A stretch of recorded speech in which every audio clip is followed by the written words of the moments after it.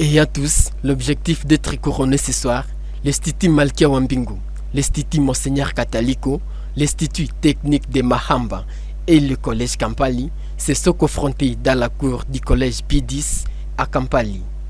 À encore Kahindo Chimène pour arriver à corriger des fautes, des monstruosités commises à l'égard de ses proches, pour passer d'une mauvaise à une bonne personne, l'homme doit avoir honte des actes odieux qu'il pose contre ses semblables.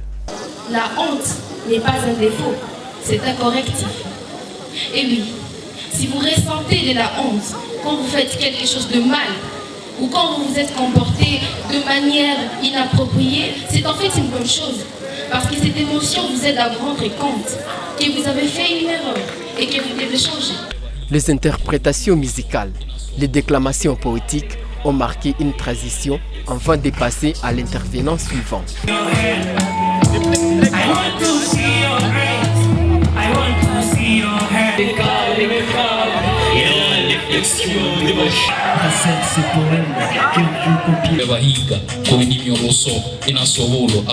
Il ne faut pas avoir honte. C'est le thème exposé par Mardoché Saïdi de l'Institut technique de Mahamba. Pour lui, la honte représente un ennemi de l'homme qui l'empêche d'agir, d'exposer ses pensées, pourtant qui peuvent rendre ce monde meilleur. Mardoché Saïdi appelle tout Congolais à mettre de côté ses sentiments pour bâtir un Congo nouveau, pacifique et meilleur. Quant à nous, il est de notre devoir.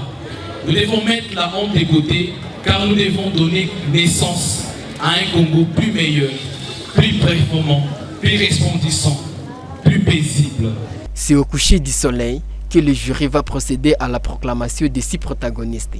Kahindo Kampali Chimene reçoit les câlins du jury, des collègues et de ses adversaires après avoir obtenu 94% en ces concours. Pour cette deuxième édition de la compétition d'éloquence,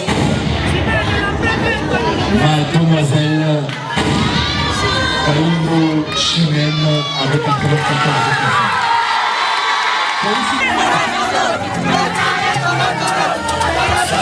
Alphonse Ngwaki du Collège Kampali occupe la 2e place avec 93%. La 4e place pour Alexandre de l'Institut Monseigneur Kataliko et Mariana Gabon du Collège Kampali et Elisabeth Mouole de Malkia Wambingu ont occupé la 5e place en obtenant toutes 86,86%.